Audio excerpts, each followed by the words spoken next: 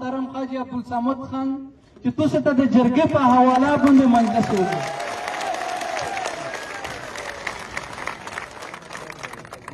بسم الله الرحمن الرحیم.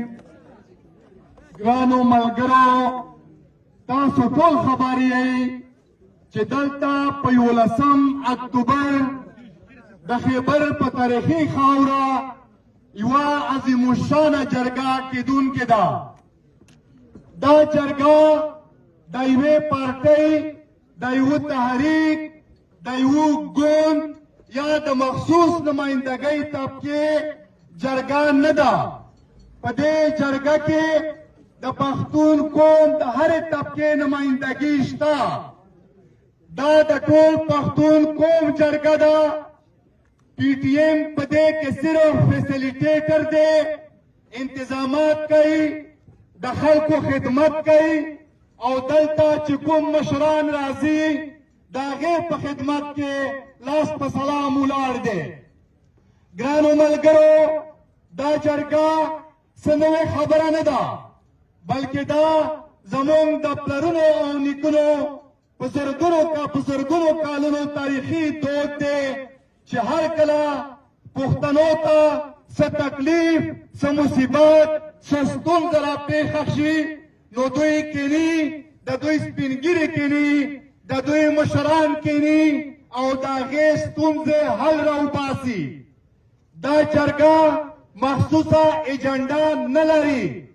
مشر په دې نه مخکې بار په خپلو تقریرونو کې دا خبره کړې ده چې موږ خپله ایجنډا یا موږ خپله جنډا په دې جرګې کې نه لرو. لکه څنګه چې مشر وضاحت کړی و، زه مختصره دغه خبره درته کوم چې دلته ټول د پښتون قام مشران، وکیلان، تاجران، علماء کرام، ډاکټران او د هر نمایندې خلک دلته رابلل شوي دي. په لومړۍ ورځ هغه ټول تکلیفونه چې د 40 کالو وروسته دې خاورې او دې قام ته پېښېږي هغه به د یوه غټ سکرین په ذریعه د قام مخ ته پېښېږي چې دغه تکلیفونه او دغه ستونزې سره زموږ د ننګیالی قام مخامخ شوی دی. ګرانو ملګرو، په 2مه ورځ باندې دلته څه د پاسه 80 کیمپونه د ستر پنډال نه علاوه څه د پاسه 80 کیمپونه هم موږ جوړوو. په دې کیمپونو کې به د هرې ضلعې مشران سپین ږیري کیني. بیا به په 2مه ورځ په هغه خبرو باندې چې په لومړۍ ورځ په سکرین باندې پېښ شوي وي دوی به په هغه باندې غور او فکر کوي. دا د دوی اختیار دی چې که څه پکې زیاتوي یا څه وناکاموي یا پکې نور هم څه څیزونه ایډ کوي. دا به د دې مشرانو، د هرې ضلعې د مشرانو او د قومونو اختیار وي.